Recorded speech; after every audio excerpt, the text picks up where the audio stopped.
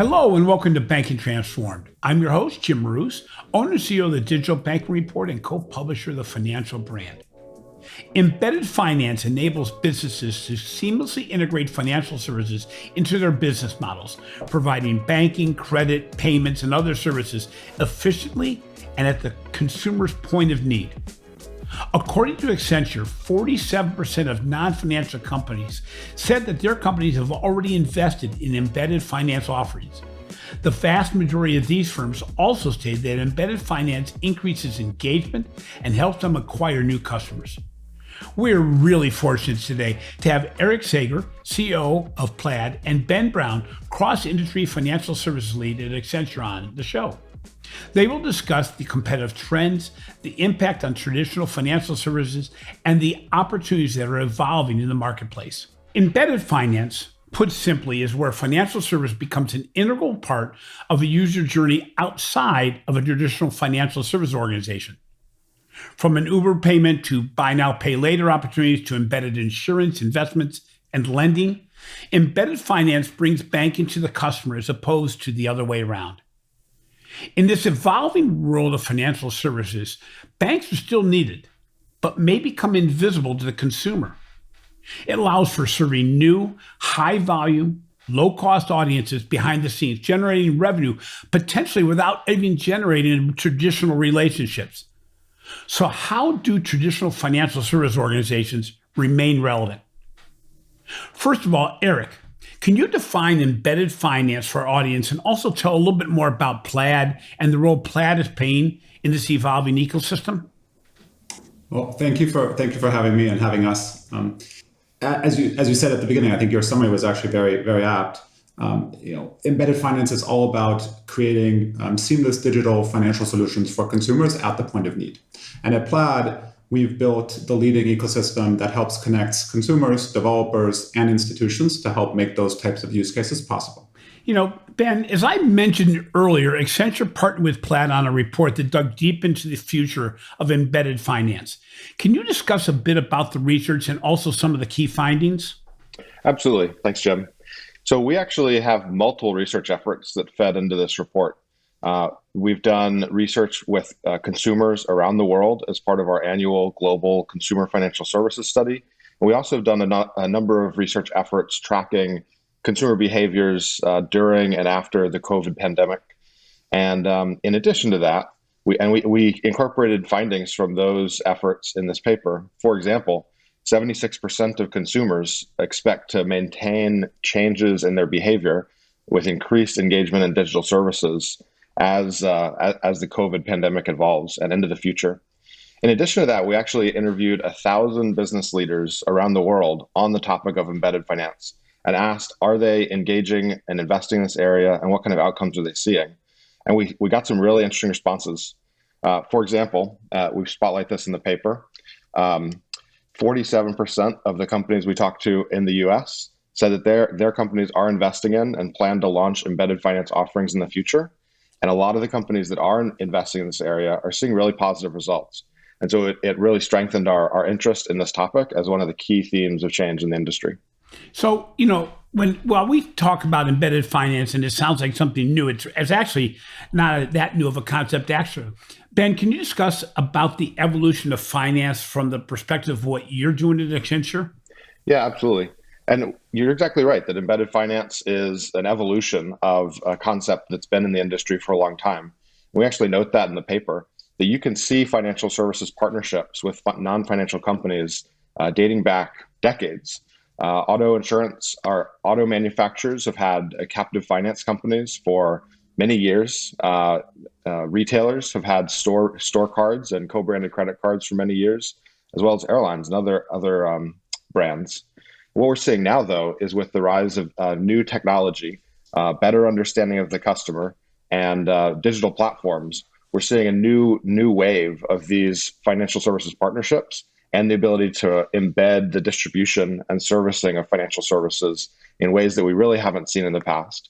So whereas in the past you may have seen some brand sharing and some product customization, today you see this possibility of really deep integration and customization of the products for specific platforms and brands. So how does embedded finance differ from open banking or banking as a service? I really see those concepts as enabling one another. And so open banking will enable embedded finance, among other use cases, by making banking data and transactions and interactions more possible through additional channels and through additional means. So you're not just having to go through a bank's proprietary channels, but they're also opening up partnership channels and ways to reach customers in new ways. So, Eric, why is embedded finance important to the consumer, let's say also the non-financial services organizations like retailers, and even important to banks and credit unions? From a consumer perspective, there's a lot of benefits. First and foremost, oftentimes it's just a much more convenient experience. You gave the example of Uber at the start of the conversation. Just imagine at Uber, every time you got out of the car, instead of you just being able to get out of the car and everything else takes care of itself seamlessly, you had to still get out your credit card or you still had to get out cash. And so the consumer experience itself is actually improved by effectively embedding a lot of these financial services. In many other cases, it multiplies consumer choice. So it gives consumers additional options.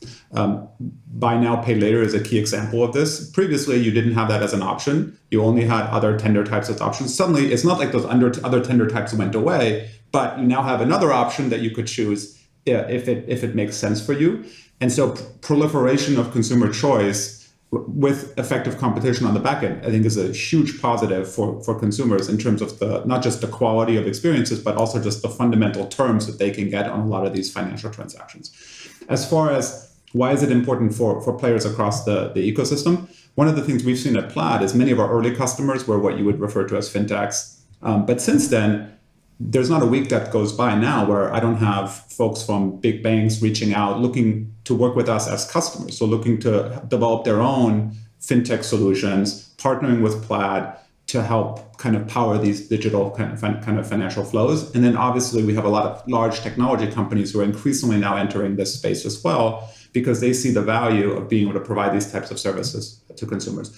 For those players, there's advantages above and beyond just creating a better consumer experience. One, namely, is it's another way to potentially kind of monetize some of those relationships, which in turn then allows you to provide maybe some of your other services at a discount or potentially even for free entirely.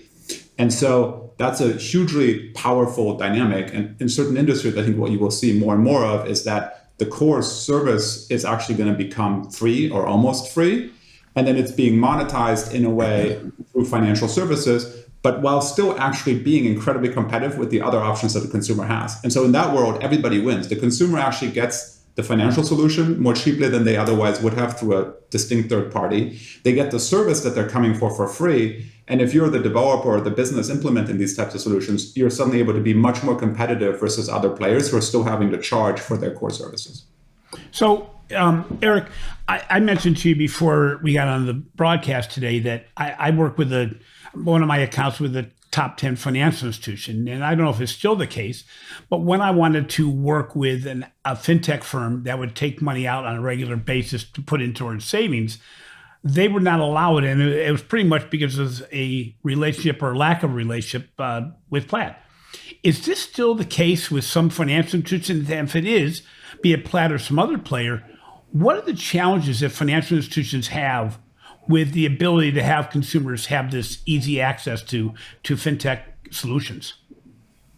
Yeah, and so as you said, I mean, for us, the focus has always been on building a secure, safe, transparent ecosystem that allows consumers to connect to the solutions that they want to connect, and incorporates the institutions as well, where a lot of that consumer data might sit that a consumer wants to share to power a particular use case. At this point, we have data sharing agreements in place with the vast majority of institutions. We've invested heavily in helping make sure that we can bring on long tail institutions, smaller banks as well. For us, one of our key tenets is to really make sure that everybody can participate in the ecosystem. And so you mentioned some of the migrations to OAuth connections and so forth. Those connections for the top banks is something that obviously they have the R&D dollars to build. And so we end up signing data access agreements that allow us to seamlessly kind of share that data on behalf of a consumer through those connections. But for some of the smaller banks, they don't necessarily have the money to invest or the technical resources to be able to do it.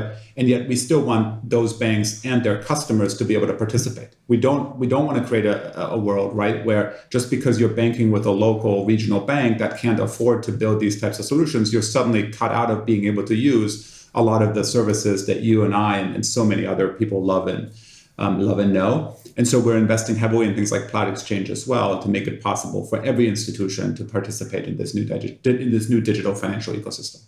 In some cases, Eric, organizations also at least use the excuse to the consumers that they're worried about the security issues. Is this still a concern, or is it still something that raises its head when you're out there working with financial institutions, that there's concern about the transfer of data? I mean, for us, security has always been number one from the very beginning of starting Plaid. We've never had any type of security incident, et cetera. We have a world-class security team in place that we've brought on from literally the best organizations in the world when it comes to data security. And so we feel very good about what we're doing there on behalf of the ecosystem, on behalf of consumers, on behalf of institutions, and on behalf of developers. Certainly, there are some institutions that have maybe been able to invest to the same degree. But even there, again, we're helping them by building the kinds of solutions that allow them to safely and securely participate in the ecosystem as well.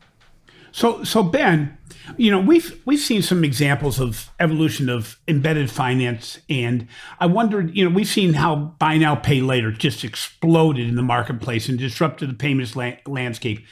How do you see maybe embedded finance expanding in the near future, and what else could happen? Yeah, I think embedded finance is all about the contextual offering of financial services in a way that's relevant to consumers and with an understanding of what their needs are. And that could apply to almost any, or maybe literally any section of the financial services industry.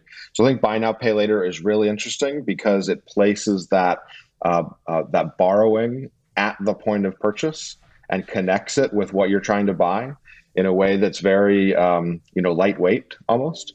But we can see that in almost any area. So it's all about the right product at the right time and integrated servicing of those products once you have them. And, just some examples out there.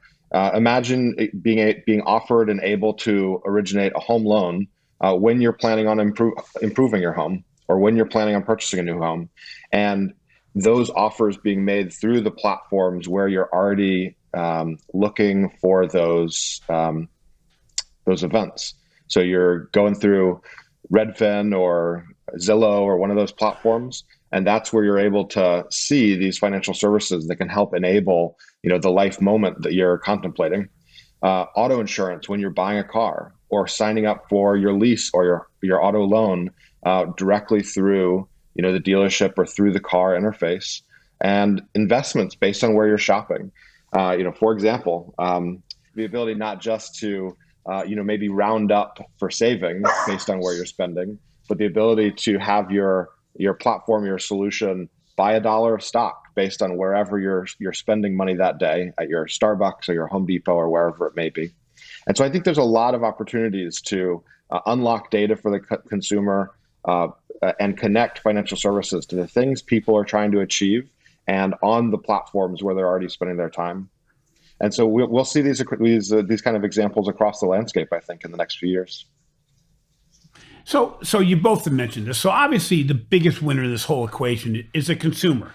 It makes it easier, it makes it simpler to embed and access financial services as part of their everyday life. And now more than ever, we've all become used to a lot of new ways of using personalization, data technology for the benefit of the consumer, especially during COVID. And it's only getting greater.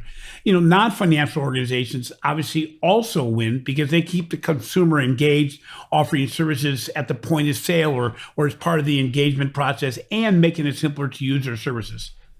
But how about traditional banks and credit unions? Do they lose the relationship? Do they lose the brand? Even if they don't go white label, do they lose in this overall equation? Eric, what's your perspective on this? Not necessarily. I think a lot of the institutions are actually in a very enviable position. Like you said, they have fantastic brands. They have a lot of the consumer relationships. It's all about are they themselves willing and able to evolve with the needs of their consumers. And so if I'm a bank and I can, and the research actually that we did with Ben and team pointed this out as well. If you're the primary bank account for somebody and that bank account is being connected to a lot of the apps that we just talked about and a lot of these solutions that exist across the ecosystem, you're much more likely to continue using that as your primary bank account than if that's not the case. And so there's absolutely no reason for why consumers would want to switch away from an existing banking relationship that works for them, that's continuing to evolve with their needs as this transition into kind of a more digital financial ecosystem continues, because of all the benefits that you just outlined for consumers. And so I think it really just comes down to the institutions that are willing to lead on that front, I think will actually be huge winners, because again, they have the established brands, they have the established relationships. And so by leading the way, they're able to deliver the best end-to-end solution for consumers possible. The institutions that either will lag or will not be or are unable to do so, I think are the ones that will struggle. But then again, that's why we're investing so heavily in helping build a lot of the tools for those institutions to participate if they so choose.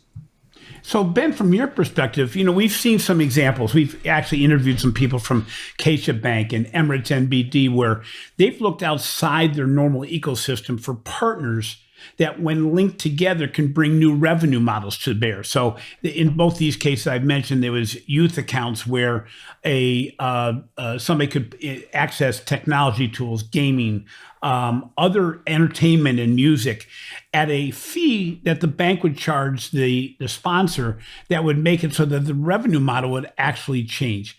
Ben, from your perspective, does this open the door for brand new revenue models more in an open banking environment? I think it does. And when we talk about, is this going to be a positive or a negative for banks? I see positives. I see embedded finance as expanding the size of the pie, not simply shifting shares between the pie. And as Eric said, the key to success here is leaning into this trend, understanding what it's all about, understanding what your customers desire, and looking to take a customer first mindset to this and understand some of the tools that are possible. Now, some things may need to change in the industry. For example, community banks really rely heavily and strategically on a small number of technology vendors, and they need those technology vendors to lean into this trend as well and make open banking solutions available to them, help them navigate some of the challenges and capabilities required for embedded finance partnerships. But I'm sure that those capabilities will evolve in the coming years. And it is really all about leaning into this trend and seeing, where your customers served well by the current channels and relationships that you have, and where can embedded finance partnerships be used to better serve customers and to access new groups of customers that may be outside your home market. Because banking in the future is going to go beyond geographic boundaries, and we're going to see a lot more both competition and delivery of service to customers that may be in unexpected places. So Ben, in the research you're doing at Accenture, how do traditional financial institutions succeed in an environment of embedded finance? What are the keys to success? That's a great question, Jim. And actually, in the paper that we produced with Plaid, we outlined 7 keys to success for embedded finance. And I'll go over them real quick. Happy to dig into any of these and talk more about them. The first is starting with the customer and understanding what kind of pain points your customers have and how embedded finance can help to solve those pain points. So that embedded finance is a means to an end of actually solving customer needs. The second is knowing why you're doing it. As a business, what are your goals and what's your North Star? Is it for growth? Is it for a deeper understanding of the customer? Is it for more efficient customer acquisition? Just having that understanding of what your goals are for an embedded finance initiative is key to orienting your investments in the area. The kinds of solutions that you build in-house, the kinds of partners that you bring to the table, et cetera. The third is understanding how it works. And this applies to both financial institutions and the non-financial companies looking to partner with them, because we think that it's important for both sides to understand where the other is coming from in a partnership so that you have a lot of empathy for some of the decisions that are being made, especially if you're a non-financial company. Sometimes the way financial institutions operate and make decisions can be very frustrating, but if you understand some of the regulatory and compliance and risk obligations that they face, It helps you see those decisions more clearly. Fourth is picking your partners carefully, because these can be long-term partnerships. Often these embedded finance partnerships can last for many years. And so, carefully picking who you're working with to enable these things is key. And on the bank side too, recognizing that you may not have an unlimited capacity for partnerships, and there may be 10 spots for embedded finance partners for you to pick from. And so carefully choosing, who you're going to focus on as your marquee partners. Fifth was what we called embracing intentional openness, which is a bit of a big phrase, but I think what that refers to is understanding and recognizing that embedded finance requires a different way of thinking about customer ownership, data, servicing, all of these elements, and it will impact potentially the whole way that you run your business and your financial institution across the policies and processes and systems that you have. 6 was activating and contributing your unique capabilities, because it's really important for a successful embedded finance solution to really bring what's unique about a specific platform and a specific financial institution to the table, so you don't just have me too products. And then last was following through. Like so many things, embedded finance solutions and partnerships are not a field of dreams situation. It is not build it and they will come. You really have to build it and continue to evolve based on what customers need and the market and how it's evolving. And so recognizing that it's a ongoing journey of investment and continued evolution in your partnerships and your products. So those were some of the 7 keys that we outlined in the paper. And I think those apply to both financial institutions and non-financial companies that are looking at participating in this trend. A great list, and obviously your dog liked number 3 and 4 the most, but that's okay. That's right. So Eric, how does Plaid assist traditional financial service organizations so that they can remain relevant in this evolving banking ecosystem? Can you share some of the ways that your banking clients are leveraging your technology and expertise today? Yeah, I mean, we've definitely seen a lot of institutions partnering increasingly actually with fintechs and with tech players even to bring new products to market. Goldman Sachs and Apple comes to mind, Citi and Google, and a number of other partnerships like that. And in many cases, Plaid is what's being used underneath the hood to kind of help power those types of products and solutions coming to market. And so they use our tools to be able to kind of seamlessly connect consumers to those services that they're developing, oftentimes in partnership with some of these fintech and technology players. So, when you're talking about these experiences, most of them are connecting, as you said, with the fintech players. How else can organizations use what you've learned and dig deeper? We've seen how Google is making inroads into making partnerships with financial institutions. We're going to probably see other big tech firms provide services on behalf of financial services to leverage their data. How do you see this playing out? I think there's a few key trends to watch out for there. The first is I still think a lot of the new fintech and technology players that are kind of entering into the space will continue to have a tremendous amount of success with the best-in-class solutions that they've been able to build. I think in some ways, even more amazingly at a macro level for consumers is that in many cases, you don't even need to be a consumer of one of these players to benefit. Think about what's happened with removing overdraft fees or with having zero cost trading commissions, et cetera. The beauty of it is you don't actually even have to be a customer of a fintech, although many are now, in order to benefit, because it's changing the expectations of consumers broadly across the entire ecosystem. And as a result, all consumers everywhere benefit, even the ones that aren't actually switching their services. And I think that's a huge positive at the end of the day for consumers and the ecosystem as a whole. That competition, that freedom of choice on behalf of consumers ends up raising the bar for everyone and ends up ultimately with much better solutions, much better terms for consumers broadly. The second key area that I think we'll see more of is moving into more automated finance. And we've seen this transition over the years where a lot of what fintech has been able to do is find specific use cases where they've been able to deliver much better experiences, but there still is some friction that remains. And at the end of the day, for many consumers, for many families, for many small businesses, the difference between living a really healthy, great financial life and not is unfortunately not just one big decision that you have to get right or not. It's a matter of making hundreds, thousands, even tens of thousands of small decisions just a little bit better over a long period of time. And that's hard. I mean, it's hard for me. It's hard, even if you have all the information in the world, even if you have all the education, the discipline to do that every single day. I know I don't do that. I know I could tell you right now, there's a list of 20 things that I could do that would make me financially healthier. And I just can't be bothered because I want to play with my kids and I want to do so many other things. I want to have a conversation with all of you. But in a world where I have a trusted relationship and I have the data that I can share with a player that then ultimately can help me make automated decisions and actually make those decisions on my behalf without having to check back in with me ahead of time. I can entrust them with making those decisions for me over a long period of time. I can still review them. I can probably still reverse them if I really disagree, but suddenly it really goes on autopilot and everybody gets the benefit of having, a world-class financial advisor, which unfortunately in today's world is only something that the very wealthy can afford. And suddenly everybody is able to make those same decisions on a day-to-day basis, minute by minute, hour by hour, day by day, month by month, year by year.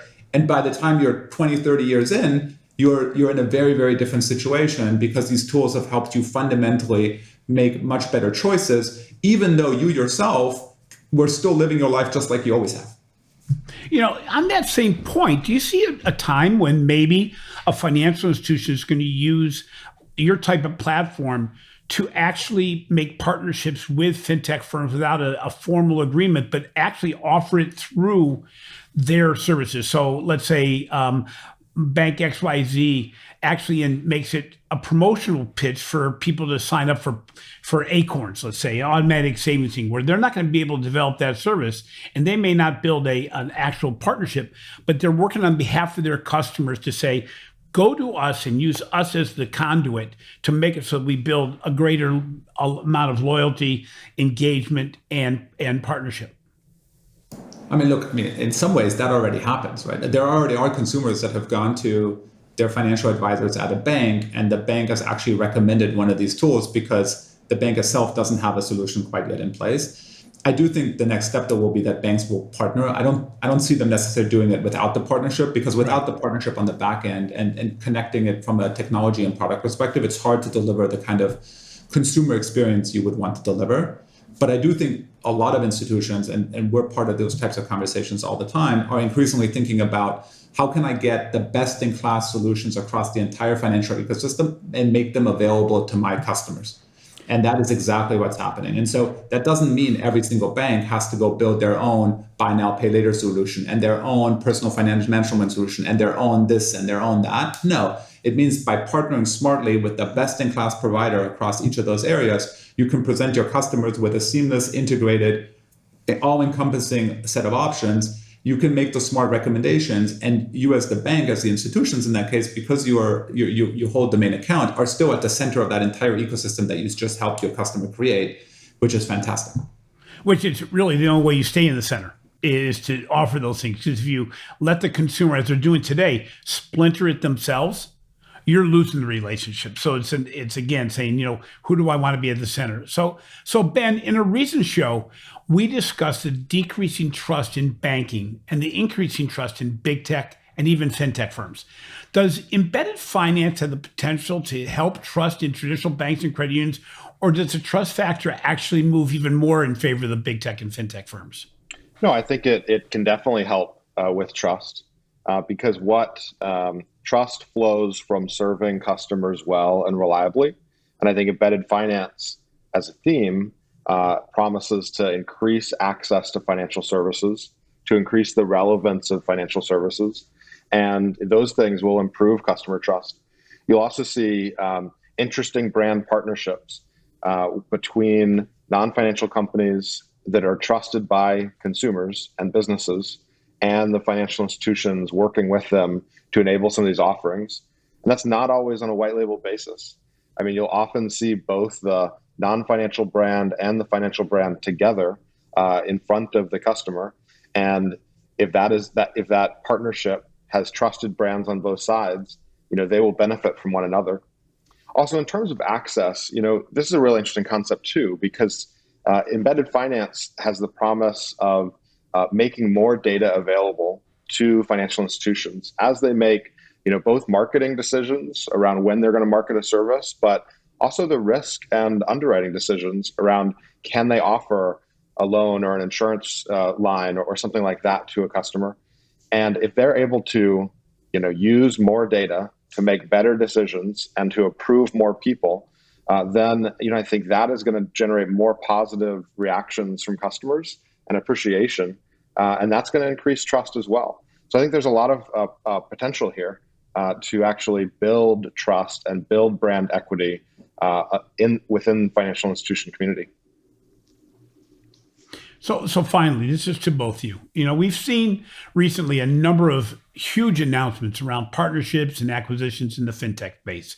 I know Plaid has been at the center of some of these discussions in the past.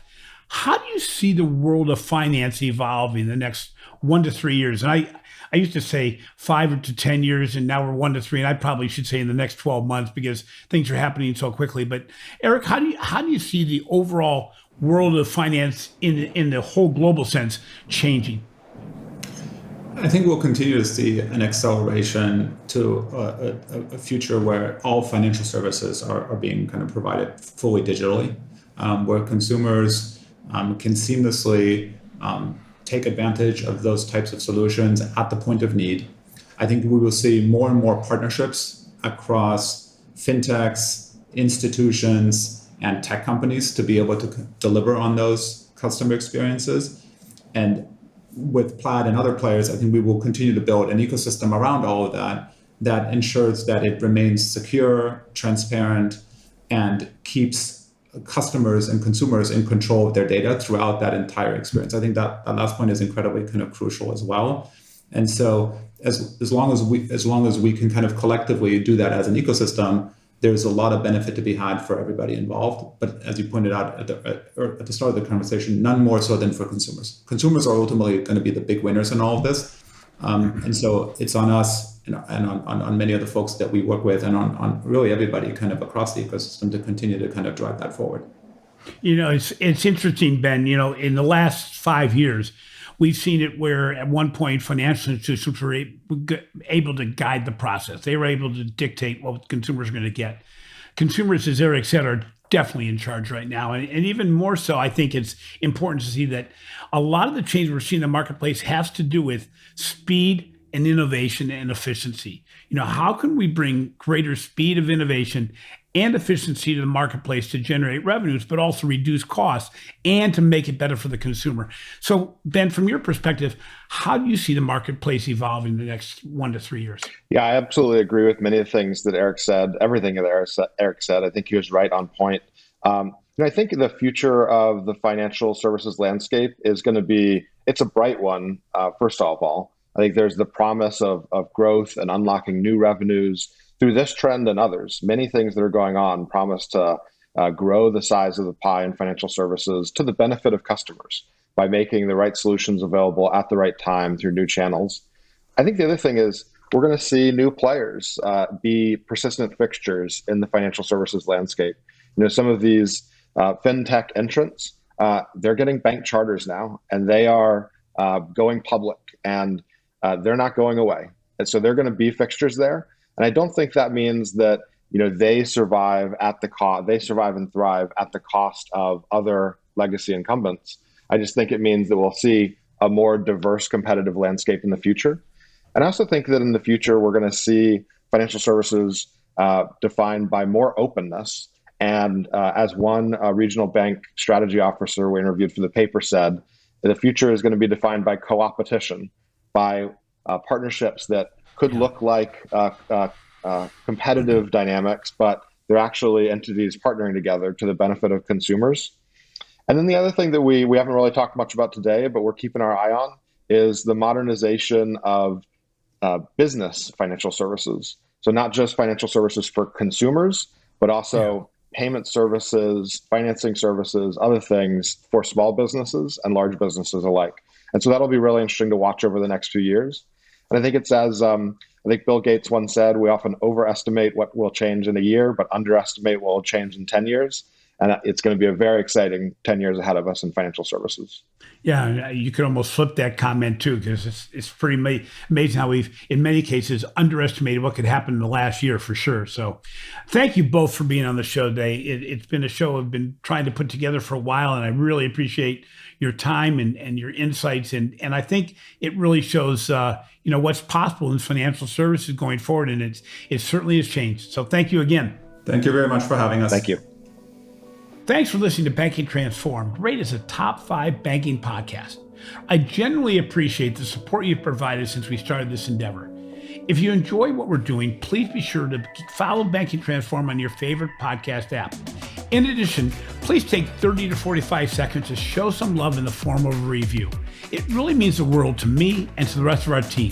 Finally, be sure to catch my recent articles on the financial brand and check out the amazing research we're doing for the Digital Banking Report.